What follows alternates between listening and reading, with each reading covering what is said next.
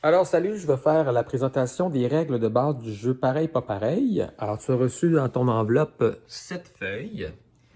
Et sur cette feuille, bien sûr, il y a les règles. Alors le jeu pareil pas pareil, il y a 3 règles. On utilise seulement les as et les figures du jeu. Donc je les ai déjà placées, toutes les as et les figures d'un jeu de cartes.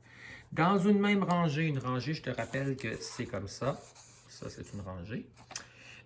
Deux cartes qui sont voisines ont toujours une propriété commune. Donc, une propriété commune, ça peut être le signe, la couleur, le symbole.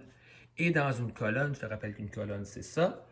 C'est du haut vers le bas. Deux cartes voisines n'ont aucune propriété commune.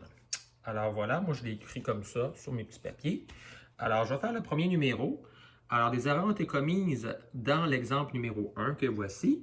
Moi, je l'ai fait avec mes cartes géantes. J'ai exactement placé les cartes de la même façon et on va essayer de trouver quelles sont les erreurs puis comment on peut les corriger en déplaçant le moins de cartes possible. Donc, moi, je pars en haut à gauche comme lorsqu'on lit un livre. Donc, je regarde ici, est-ce que j'ai deux choses communes? Oui. J'ai du trèfle, donc ça marche. Ici, j'ai comme propriété commune des as. Ici, j'ai des carreaux. Je vais regarder en haut, en bas maintenant. Ici, est-ce qu'il y a quelque chose de commun avec le roi de cœur? Non, il n'y a rien. Ici, il n'y a rien de commun entre l'as de trèfle et la dame de cœur. Ici non plus. Et ici, c'est un valet de carreau avec un as de cœur, il n'y a rien de commun. Donc, ça marche pour la première rangée. Deuxième rangée, ici, les deux sont du cœur, les deux cartes voisines. Ici, c'est encore du cœur. Ici, c'est encore du cœur. Donc, tout est commun. Et de haut en bas, je vois qu'il n'y a rien de commun entre le roi de cœur et le valet de trèfle, ni avec la dame de cœur et le roi de trèfle, ni le valet de cœur et le roi de carreau, et l'as de cœur et le roi de pique. Donc, ça va pour les deux premières rangées.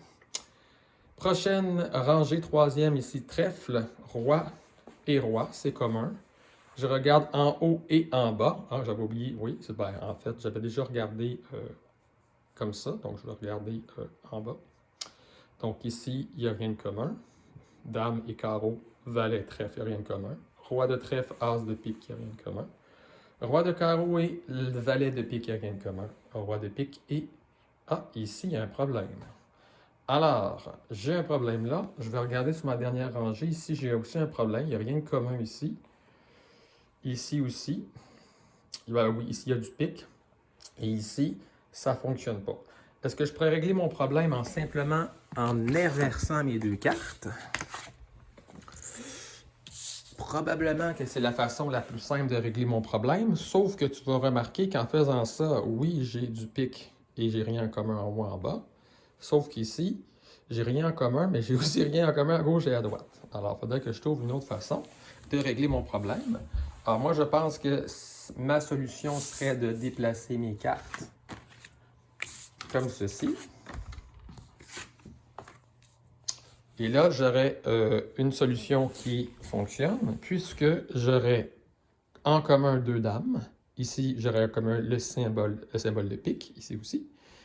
Et en haut, en bas, j'aurais rien en commun entre le valet de trèfle et l'as de pique. Rien en commun entre le roi de trèfle et le valet de pique. Rien en commun entre la dame de pique et le roi de carreau. Et rien de commun entre le roi de pique et la dame de carreau. Moi, c'est la façon que j'ai trouvé la plus simple de résoudre et de rendre le problème exact puis conforme aux règles. Donc, peut-être que toi, tu vas trouver une autre façon de faire. En réalité, j'ai déplacé 4 cartes, si mon calcul est bon. Donc, peut-être que toi, tu as trouvé une autre façon. Fais-le moi savoir lorsqu'on aura notre cours ensemble. Bye, à la prochaine!